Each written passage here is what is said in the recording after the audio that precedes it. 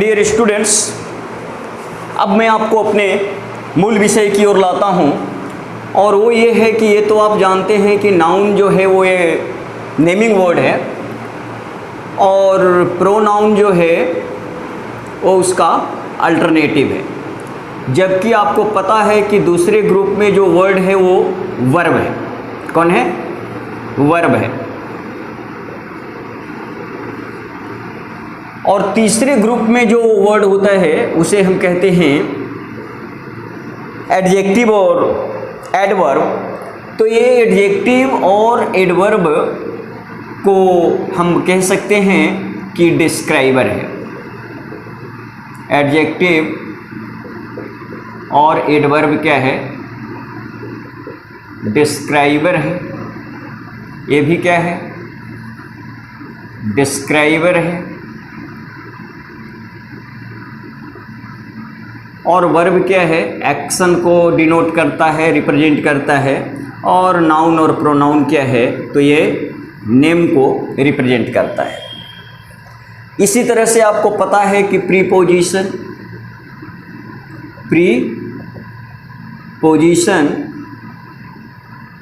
और कंजंक्शन ये कनेक्टर है।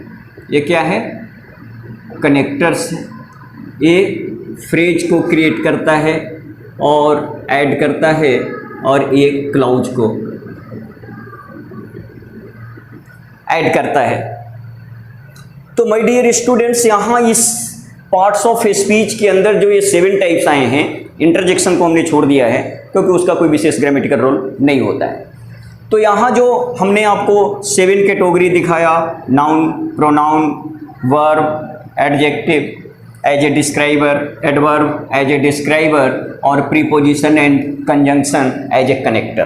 तो ये 7 टाइप्स के वर्ड ही इंग्लिश लैंग्वेज को रन करते हैं।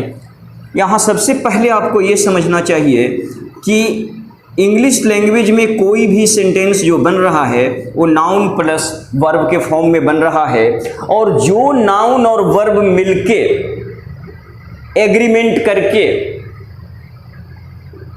जो कॉम्बिनेशन दोनों का क्रिएट हो रहा है उसे हम क्लाउज कहते हैं। जैसे नाउन की जगह हमने ले लिया बॉय और वर्ब की जगह ले लिया गोज, तो बॉय के साथ हमने गोज लिखा और यही मैं बॉयज लिखता तब गो लिखता। तो ये बॉय गोज और बॉयज गो को हमें दरअसल ये कहना चाहिए था कि द बॉय गोज, क्योंकि बॉय सिंगुलर काउंटेबल नाउन आ गया। सिंगुलर काउंटेबल नाउन बिना आर्टिकल के यूज नहीं होता है, और यहाँ बॉयज था, इसमें प्लुरल में कोई आर्टिकल की जरूरत नहीं।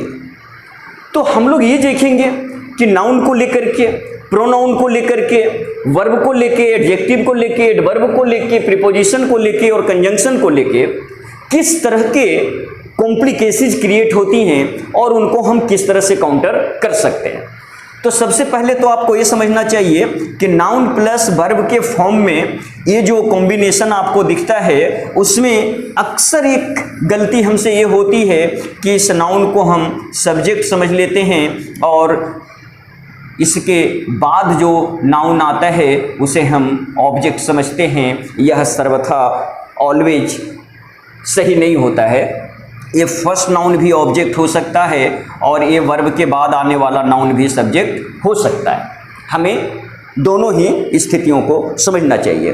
तो हमारे पास ये समझ होनी चाहिए कि नाउन के रूप में वर्ब से जो वर्ड एग्रीमेंट कर रहा है वह वर्ड डूअर है या नन डूअर है। यदि वो डूअर है तो सब्जेक्ट है, यदि वो नन डूअर है तो ऑब्जेक्ट है। उसी तरह से बाद में आने वाले नाउन को भी हम एग्जामिन करेंगे कि यदि वो नन डूअर कैटेगरी का है तो क्या है? ऑब्जेक्ट है, और यदि डूअर कैटेगरी का है तो सब्जेक्ट है। पहले हम लोग इसको एक एग्जाम्पल के जरिए देख ले कि I wrote letter. I wrote letter. अब फिर लेटर सिंगुलर काउंटेबल नाउन आ गया तो हमें कहना चाहिए अ लेटर, क्योंकि सिंगुलर काउंटेबल नाउन आर्टिकल जरूर लेता है। तो आई रोट अ लेटर को मैं जब लेटर के हिसाब से बोलूं तो ये कहना चाहिए था कि a letter was written by me. अब ये जो आई था वो यहाँ आया तो मी हो गया, और ये लेटर जो सब्जेक्ट में था वो ऑब्जेक्ट में था, वो सब्जेक्ट के प्लेस पर आ गया। एक ही बात को मैं आई सब्जेक्ट से भी कहा और लेटर ऑब्जेक्ट से भी कहा।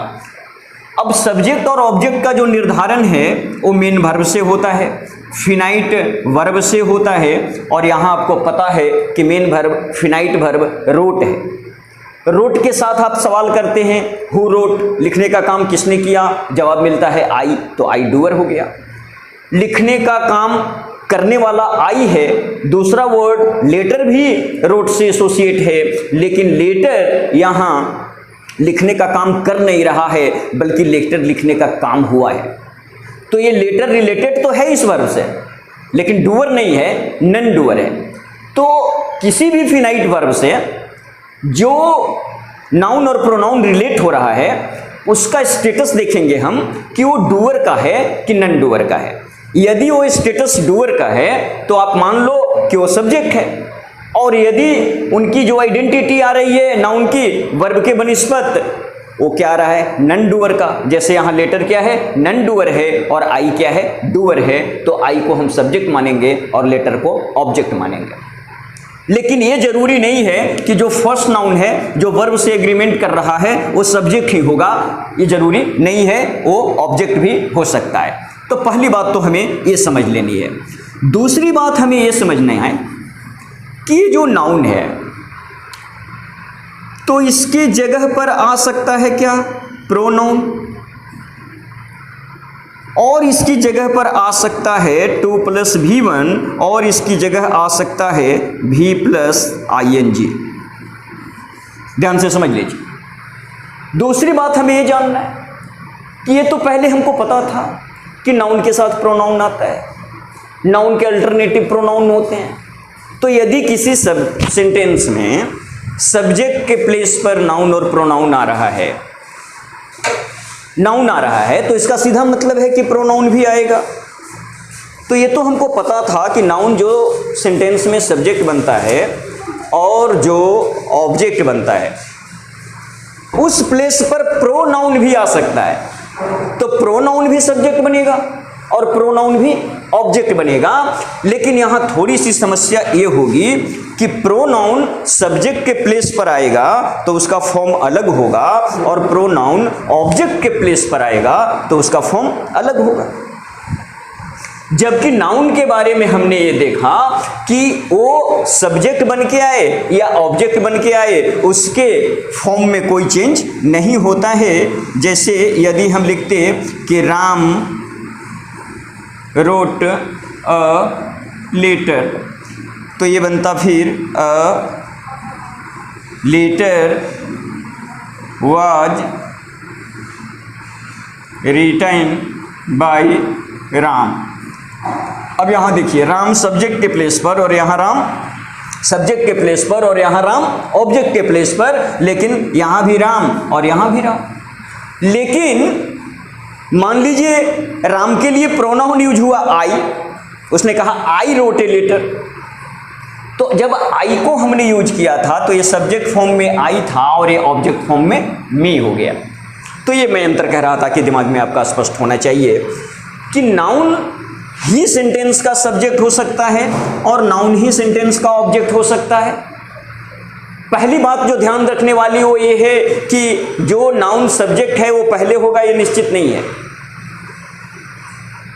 पहले जो नाउन आपका आ रहा है, जो नाउन आपका वर्ब के साथ एग्रीमेंट करके क्लाउज सेंटेंस क्रिएट कर रहा है, वो नाउन सब्जेक्ट भी हो सकता है और ऑब्जेक्ट भी हो सकता है।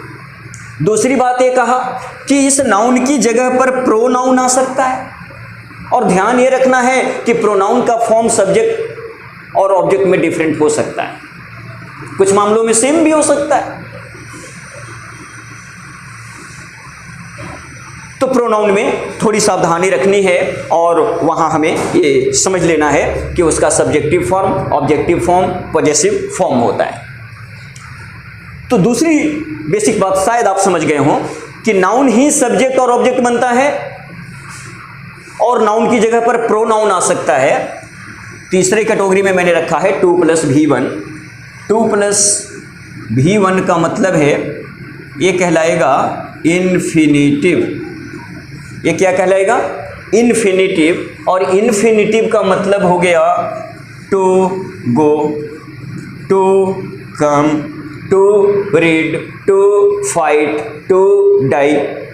तो ये जब टू लगा देते हैं वर्ब में, ये बन जाता है इन्फिनिटिव फॉर्म ऑफ वर्ब। और इस इन्फिनिटिव फॉर्म को आपको क्या मानना है? नाउन मानना है। क्या मानना है? नाउन मानना है। और नाउन मान के ही इसको यूज करना है। या सेंटेंस में, वर्जन में, आंसर में, रिप्रेजेंटेशन में, कहीं भी आपको नाउन वाले प्लेस पर यदि वर्ब आ रहा है तो वर्ब का फॉर्म यही होगा। वर्ब का ये नाउन फॉर्म है, to go, to come, to read. अब जब ये to go, to come, to read मतलब टू प्लस वर्ब का जो फॉर्म है इन्फिनिटिव फॉर्म, ये यदि इक्विवेलेंट ऑफ नाउन है, इक्विवेलेंट ऑफ प्रोनाउन है, नाउन और प्रोनाउन के बराबर है, तो ये भी सब्जेक्ट बनेगा और ये भी ऑब्जेक्ट बनेगा। Here you have to be clear. तो वर्ब को जब हम नाउन और प्रोनाउन की तरह यूज करते हैं तो यही कहलाता है क्या? Infinitive form of verb. जैसे आपको एग्जाम्पल के रूप में लिखूं, to walk is good for health. To walk is good for health. अब यहाँ सब्जेक्ट के प्लेस पर क्या है? कोई नेमिंग वर्ड नहीं है, कोई प्रोनाउन भी नहीं है, बल्कि क्या है? वर्ब में टू लगाया हुआ है। और ये बिल्कुल सही बात है, क्योंकि ये नाउन का प्लेस है, सब्जेक्ट का प्लेस है, और इस प्लेस पर हम टू प्लस वर्ब को रख सकते हैं, क्योंकि हमने पढ़ा है कि two plus V1 infinitive form of verb है और यह नाउन और प्रोनाउन के इक्विवेलेंट होता है, तो ये सब्जेक्ट के प्लेस पर बिल्कुल जायज। इसी तरह से कह सकते हैं ही लाइक्स रीडिंग स्टोरीज। ध्यान दीजिएगा, ही क्या है? यहाँ सब्जेक्ट है, लाइक्स क्या है? फिनाइट वर्ब है, और रीडिंग क्या है? स्टोरीज क्या है? ऑब्जेक्ट। और ऑब्जेक्ट के प्लेस पर हमने क्या लिखा? Reading stories. उसको स्टोरी पसंद नहीं है, स्टोरी पढ़ना पसंद है, तो यहां भी बिल्कुल सही है, रीडिंग स्टोरीज। अब हमने कहा था कि 2 + V1 सब्जेक्ट का काम करता है। देखिएगा, ये भी कहा था कि वर्ब प्लस ING भी नाउन का काम करता है, तो वर्ब प्लस ING को भी हम रख सकते हैं सब्जेक्ट के प्लेस पर, और इसको कह सकते थे क्या? Walking is good for health, या to walk is good for health. वैसे ही यहां कह सकते हैं ही लाइक्स रीडिंग स्टोरीज, या कह सकते इसको to read stories. No problem. बिल्कुल समझ रहे होंगे कि नाउन सेंटेंस में सब्जेक्ट की जगह पर आता है, ऑब्जेक्ट की जगह पर आता है, फिनाइट वर्ब के साथ एग्रीमेंट करके क्लाउज क्रिएट करता है। ये मेजर फंक्शन है नाउन के। लेकिन नाउन जो फंक्शन कर रहा है वो सारा फंक्शन प्रोनाउन भी करेगा, और वही सारा फंक्शन 2 + V1 वर्ब भी करेगा, और वही सारा फंक्शन वर्ब प्लस ING भी करेगा। और जब ये ING वाला वर्ब जो है वो जब काम